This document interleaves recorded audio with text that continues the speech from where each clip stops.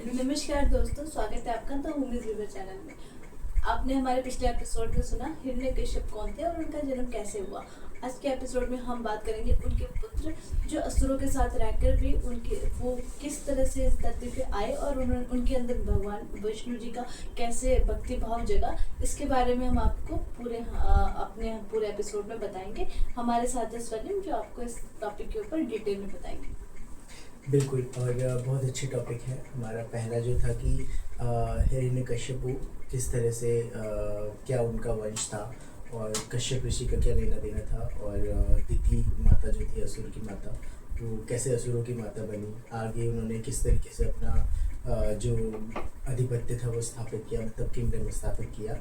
और आज हम लेकर आए हैं हमारे लिए इसी का आगे बढ़ा रहे हैं इस टॉपिक को। तो इसमें जानते हैं कि प्रहलाद जी कौन थे और किस तरीके से उनका प्राकट्य हुआ था, मतलब किस तरह उनकी जन्म कथाएँ क्या हैं, उनके क्या आगे की जो लाइफ थी वो किस तरीके से रही। तो इसमें सबसे पहला जो प्रसंग आता है कि हमने अपने पुराने वीडियो में भी बताया कि हमेशा मतलब असुरों को ये रहा है कि उनको स्वर्ग का बहुत ज़्यादा मोह रहा है हमेशा से।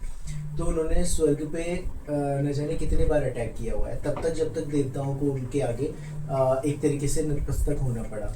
या फिर जैसे हम आज के टाइम पे अगर हम बात कर सकते हैं, जैसे हमारा इंडिया और पाकिस्तान का है, हाँ, हमें कश्मीर चाहिए, तो जिस तरह से वो हमारे ऊपर आक्रमण बिल्कुल करते ही बिल्कुल रहते बिल्कुल हैं, तो बिल्कुल। लाइकवाइज उस टाइम पे भी ऐसा होता था। मतलब जो आज हाँ, की यूथ है जो ये बात को समझ नहीं पाते, समझ नहीं उनके पाए, लिए मैं उसके लिए एग्जांपल सबसे दिया। बेस्ट है कि वो इस तरीके से चीज़ें आप देख सकते हैं।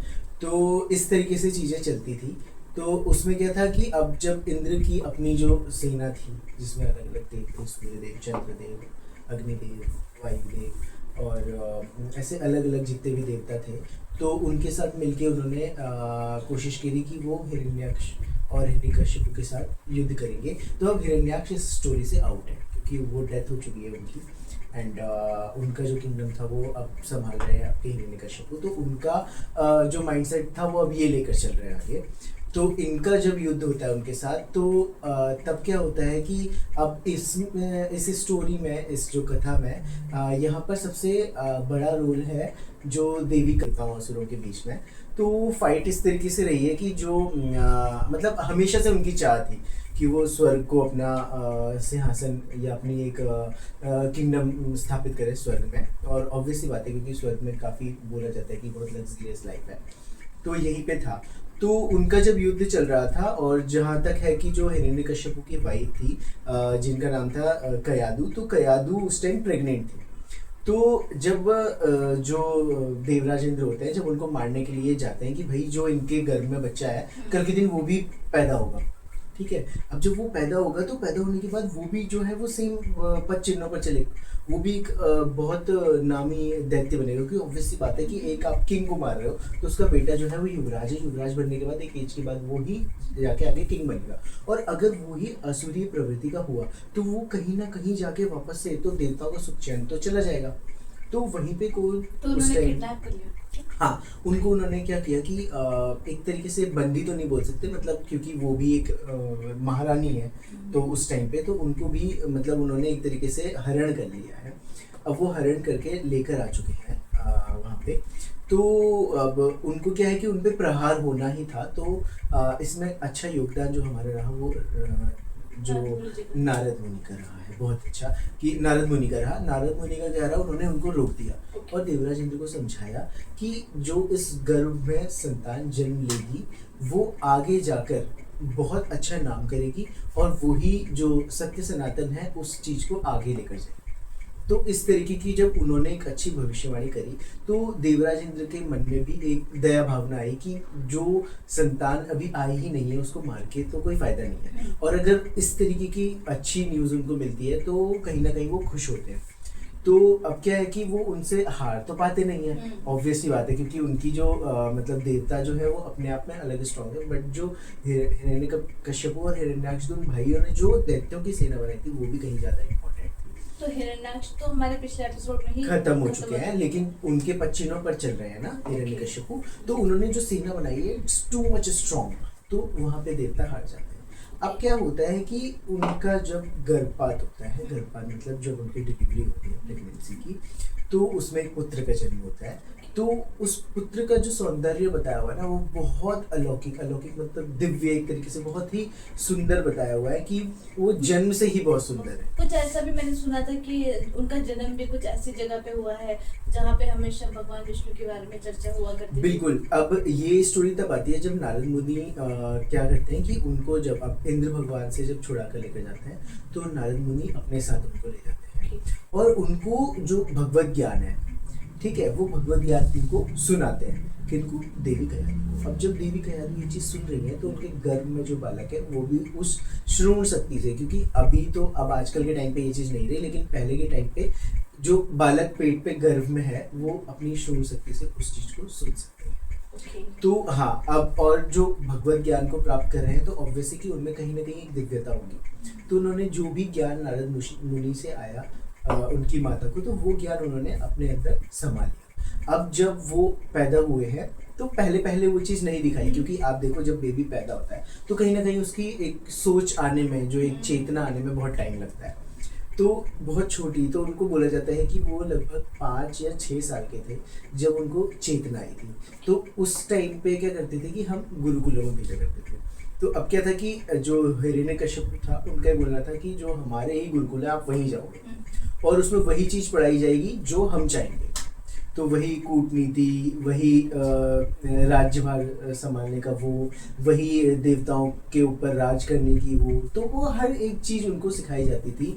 ऐसा नहीं है कि उसमें अच्छी चीज़ें नहीं, उसमें मंत्रों का भी ज्ञान दिया जाता था और उसमें तंत्र ज्ञान भी दिया जाता था, उसमें हर तरीके का योग का अभ्यास किया जाता था, धनुर्विद्याएं सिखाई जाती थी, तलवार से नेगेटिविटी ज्यादा थी, ज़्यादा नेगेटिविटी थी। मतलब उसमें ये नहीं था कि आप वेदों का ज्ञान प्राप्त कर रहे हो, ऐसा नहीं था। मतलब जो वो चाहता था वो ही उस के जो टीचर्स थे, जो गुरुकुल के जो आपके आचार्य थे वो पढ़ाया करते थे। अब कुछ एक ऐसा इंसिडेंट आता है कि जब उनको पहली बार गुरुकुल भेजा तो वहाँ जाता पे है, मतलब जो गुरुज थे वो किस तरह के गुरु थे, कुछ उनके बारे में आप बताएंगे? देखिए, अब जो हमें दैत्य गुरु बताते हैं वो है हमारे शुक्राचार्य। अब वो दैत्यों के गुरु हैं, इट्स नॉट मीन कि वी हेट देम। वो भी अपने आप में एक ज्ञान को लाने के बहुत ही अच्छे, मतलब एक ऐसा विद्वान माने जाते हैं। गुरु शुक्र के पास ही प्रोस्पेरिटी का जो बोलते हैं वो है, मतलब एक प्रोस्पेरिटी का जो कलश है वो उनके पास है। और मतलब जो भी आपकी लाइफ में जो बहुत प्रीशियस चीज़ें हैं, जो बहुत बोल्ड चीज़ें हैं, जो आपकी लाइफ को बहुत ज़्यादा सुकून देती हैं, वो शुक्र से आती हैं। तो जो शुक्र के आचार्य हैं, जो उनका एक गण है आचार्यों का, तो उन्हीं से वो ज्ञान प्राप्त हो रहा है आगे प्रहलाद जी को। तो अब क्या होता है कि अब प्रहलाद जी ने वो स्टोरी सुनी है बचपन में, गर्भावस्था में, तो अब वो चीज़ें रिवाइंड हो रही हैं। उनको वापस से जो है नारद मुनि का बोला जाता है कि फिर से उनको प्रादुर्भाव हुआ था, उनको वो बात याद आई है, उन्होंने हरि नाम लेना चालू किया। तो जब हरि नाम लेना चालू किया तो वहाँ के जो गुरुकुल के जो आचार्य थे वो शॉक्ड थे कि इस बालक को ये सब चीज़ें सीखने की बजाय वो इस डायरेक्शन में जा रहा है और तो वो अपने आप ही सीख रहे हैं। बिल्कुल, मतलब अपने आप एक अंदर से उनकी चेतना आ रही है। और वो कैसे आ रही है वो भी नहीं जानते हैं, क्योंकि वो उनको ये सिखा रहे हैं। जैसे सपोज एक टीचर है, उसको ये बोलेगा 2 × 2 = 4, तो अब 2 × 2 = 5 अगर कुछ बोलेगा तो वो समथिंग ऐसा लगेगा कि एक बार डाटा, 2 बार डाटा, बल ये चीज़ ही कंटिन्यूस चली जा रही है। तो एक थोड़ा ये रहता है कि वो तुरंत पेरेंट्स पे जाते हैं। पेरेंट्स पे जाने का ये है। अब इस तरीके से वो आचार्य भी गए हैं तो उनको बताएंगे कि इस तरीके से है। तो पहले उनको बिलीव नहीं होता, तो बोलते हैं कि मेरा जो पुत्र है वो दैत्य है और वो भी आगे जाके असुरों का राजा बनेगा, तो वो इस तरीके की बातें नहीं कर सकता। तो वहाँ पे फिर प्रहलाद जी आते हैं, तो वो बोलते हैं कि क्यों ना हम इन सब टॉपिक्स के अलावा हम जो है वो भगवत प्राप्ति के लिए भी गुरुकुल में शिक्षा दी जाए। तो जब ये बात जब वो करते हैं तो जो हिरण्यकश्यप है उसको बहुत आहत होता है, मतलब उसको बहुत हर्ट होता है कि उसका एक ही संतान है और वो इस तरीके की बातें करे। तो वो ना कहीं मन में अंदर ही अंदर ना बौखला जाता है। वो बोलते हैं कि भाई मेरी ऐसी संतान होगी तो आगे जाके इस साम्राज्य का कोई मूल नहीं रह जाएगा, मतलब मेरे बाद अब कुछ ऐसा बचेगा ही नहीं। उसको टेंशन भी हो रही है और उसको गुस्सा भी आ रहा है और वो एक्सप्रेस भी नहीं कर सकता। तो फर्स्ट अटेम्प्ट में वो सिर्फ समझाता है कि मतलब वो बहुत प्यार से समझा रहा है। एक अच्छा प्रसंग है संस्कृत में कि वो अपने जो प्रहलाद है उसको समझा रहा है कि यहाँ जितनी भी चीज़ें हैं वो हर एक चीज़ का ऐश्वर्य तुम ले सकते हो तब जब आप किसी चीज़ को हासिल करना चाहते हो। ठीक है, और जो भी आप तुम भक्ति वक्ति करते हो मेरी भक्ति करो, मुझसे ही तो आप चीज़ें ले रहे हो, मेरे ही होने से आपको ज्ञान प्राप्त हो रहा है, मेरे से ही वस्त्र मिलते हैं, मेरे से ही अन्न मिलता है, हर एक चीज़ मुझसे मिलती है।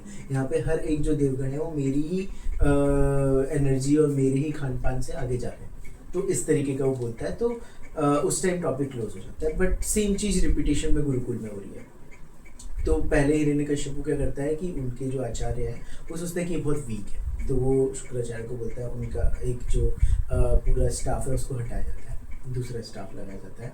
ठीक है, उसके साथ जो उनके बाकी के जो सहपाठी हैं उन लोगों को भी थोड़ा चेंज किया जाता है कि क्या पता थोड़ा माइंड दूसरे ग्रुप में जाएगा तो चेंज होगा। तो उसके जो दो मतलब जो और असुरों के जो पुत्र बताए गए हैं वो भी उसको वो ज्ञान देते हैं, कूटनीति और ये सब ज्ञान देते हैं। बट उसके दिमाग में कुछ नहीं जा रहा है, प्रहलाद जी के दिमाग में कुछ नहीं जा रहा, उनको बस हरि नाम की पड़े। जैसे जैसे डे बाई डे दिन निकलते जा रहे हैं वो कहीं ना कहीं अपना डेवोटेशन बहुत पीक पे लेते जा रहे हैं। तो अब क्या है कि पहला जो उनको वो मिला था वो किया था कि उनको बहुत काल खोटरा जो होता है बिल्कुल ऐसा कि जहाँ बिल्कुल अलग जो भटकती आत्माएं हैं वो वहाँ पे छोड़ दी गई हैं, इस तरीके का रूम है, एक तरीके का ऐसा बताया जाता है कि एक स्थान है। तो वहाँ पे उनको छोड़ दिया जाता है, उनको ना भोजन दिया जा रहा है ना कुछ दिया जा रहा है, और 3 दिन तक उन्हें छोड़ देते हैं बिना भोजन के, और उस बिल्कुल बंद कर देते हैं। बट अब उसको ये लग रहा है कि ये तो अब इसके माइंड से अब डर बैठ जाएगा, तो ऑब्वियस है कि वो अब सीख जाएगा भाई मेरे पापा मुझे इस तरीके से भी प्रताड़ित कर सकते हैं, तो मेरे को तो आगे बढ़ना है। तो ऐसा होता है। बट वहाँ देखते हैं कि नहीं, वो वहाँ पे भी हरि नाम में जीत गया है। मतलब वो जो आत्माएं थी वो चली गई है, रूम बिल्कुल पीस बहुत शांति से भर चुका है। इस तरीके से कई बार उसके खाने में जहर मिला दिया, कई बार उसको ऊंचे पहाड़ों से नीचे फेंक दिया गया, कई बार मतलब जो तुम सोच सकते हो उससे कई चार गुना आगे अटेम्प्ट कर चुके हैं। उसको गर्म पानी में भी डाल दिया गया है, गर्म तेल की कढ़ाई में भी उनको तला गया है। मतलब बहुत अलग अलग तरीके से। एक तो ये बोला जाता है कि उनको अब जो था कि समुद्र से ही देवी लक्ष्मी निकली थी और समुद्र से ही गुरु शुक्र का भी प्राकट्य हुआ था। तो लक्ष्मी माता शुक्राचार्य जी को भाई बहन भी बोला जाता है, और वो समुद्र के संतान है। तो समुद्र देव से आवाहन लेकर उनको समुद्र में प्रॉपर नीचे बिल्कुल गहराई में लिया जाता है, और ऊपर से शिला लग दी जाती है। और वो शिला मतलब बहुत बड़ी है, उस टाइम की शिलाएं से छोटे कंकड़ पत्थर नहीं है, बहुत बड़े एक मतलब एक प्रॉपर एक जिसे हम बोल सकते हैं कि बहुत अच्छा खासा है, वो उनके ऊपर रख दिया है। तो वहाँ पे को एक बोला जाता है कि जब प्रहलाद जी ना हरि नाम स्तुति करते हैं तो वो मन ही मन में मतलब उनको हो तो रहा है, बट कहीं ना कहीं उनको लग रहा है कि मेरे से भक्ति ही छूट जाएगी। तो वो बोलते हैं कि आज आपको प्रमाण देने के लिए आना ही पड़ेगा। तो तब वहाँ पर जो बोला जाता है सत्यनारायण का जो फर्स्ट फॉर्म ऑफ सत्यनारायण है वो भगवान आते हैं। वो आते हैं, उन शिला को रिमूव करते हैं अपनी पावर से, और प्रहलाद जी को वापस समुद्र से बाहर लाया जाता है। और वहाँ जश्न बन रहा है पीछे कि मतलब प्रहलाद तो अब चला गया, और क्योंकि वहाँ से निकलना नामुमकिन है, समुद्र की गहराइयों में फेंकना और ऊपर से चट्टाने डाल देना, it's not too much easy वहाँ से निकल पाना। और उनकी उम्र भी तो छोटी हाँ, और वो छोटे, तब बताया जाता है कि वो 6 साल से उनका ये सब चालू हुआ था, और कहीं 12 साल में आकर उनको मतलब इस तरीके इतना लंबा टाइम जो है वो उनको बहुत प्रताड़ित किया हुआ है। तो इस तरह से होता है। तो मतलब जब सत्यनारायण भगवान आते हैं उनकी स्तुति करते हैं वो, तो ओम नमस्तुभ्ये नारायणाय नमः, इस तरीके से वो चालू होता है और बहुत एंड तक वो जाता है। उसमें मतलब संस्कृत तो मुझे प्रॉपर नहीं पता, बट हिंदी में मेरे को उसका अनुवाद पता है कि उसमें बोला जाता है कि हे सत्यनारायण भगवान, आप ही सृष्टि के संचालक हैं, आपसे ही रुद्र, आपसे ही ब्रह्म, आपसे ही परमात्मा है। तो मतलब एक बहुत अच्छी स्तुति उन्होंने करी है, उनको नमस्कार किया है, और उनसे उनको मतलब वो भी मिला है कि जब भी आप मुझे पुकारेंगे मैं अवश्य आऊँगा, जब भी आप संकट में होंगे आप एक बार मेरा नाम लेंगे मैं अवश्य आऊँगा। तो वो उनको वरदान भी मिला है, और वो खुश हैं। प्रहलाद जी बहुत ज़्यादा खुश हैं। वो वापस आते हैं जब हिरण्यकश्यप उन्हें देखता है कि पता चल गया कि जिस फॉर्म की मैं भक्ति कर रहा हूँ वो साक्षात मेरे सामने है और मेरे पास है। उनको एक अलग एक सेल्फ रियलाइजेशन हो जाता है कि जो मैं कर रहा था वो वाकई में मेरे लिए बहुत फ्रूटफुल है। तो इस तरीके से है, तो वो बहुत खुश हैं। वो वापस सभा में जाते हैं तो उनको देख के सब शॉक्ड है। मतलब जो बहुत भयंकर दैत्य थे और जो भयंकर जिन्हें उस टाइम पे बोला जाता था कि बिल्कुल जो हलाहल विष से भी ज़्यादा तेज और बहुत ही अलग बिल्कुल शक्ल वाले जो लोग थे, जो उसकी उस टाइम किंगडम के, जो मतलब ऐसा बोला जाता है कि अगर वो असुर निकल के बाहर आ जाए तो तुरंत डिस्ट्रॉय हो जाएगा सामने वाले का किंगडम। उस तरह से भी उनको प्रताड़ित किया गया। जब वो देखते तो वो शॉक्ड हो जाते हैं कि भाई इसने सबको पराजित कर दिया। स्टिल उन्होंने अपना जो भक्ति था वो चालू रखा, कभी नहीं छोड़ा उसको। बिल्कुल कभी भी नहीं छोड़ा, और वो शॉक्ड था। तो फिर आगे का प्रसंग फिर आगे की कथा में है। तो आई होप लोगों को ये हमारा जो सेकंड चैप्टर था वो अच्छा लगा होगा। हम थर्ड चैप्टर भी लाएंगे कि किस तरीके से भगवान ने स्तुति की, और आगे किस तरीके से नरसिंह भगवान का वहाँ पे को प्राकट्य हुआ, और बाकी सब हम बताएंगे आपको। बाकी हमारा जो होलिका दहन है और होली किस लिए मनाई जाती है, ये टॉपिक हम आगे वाले एपिसोड में आपको बताएंगे। तब तक के लिए आप हमारे एपिसोड्स के साथ बने रहिए। नमस्कार, आपका दिन शुभ हो। हरि ओम।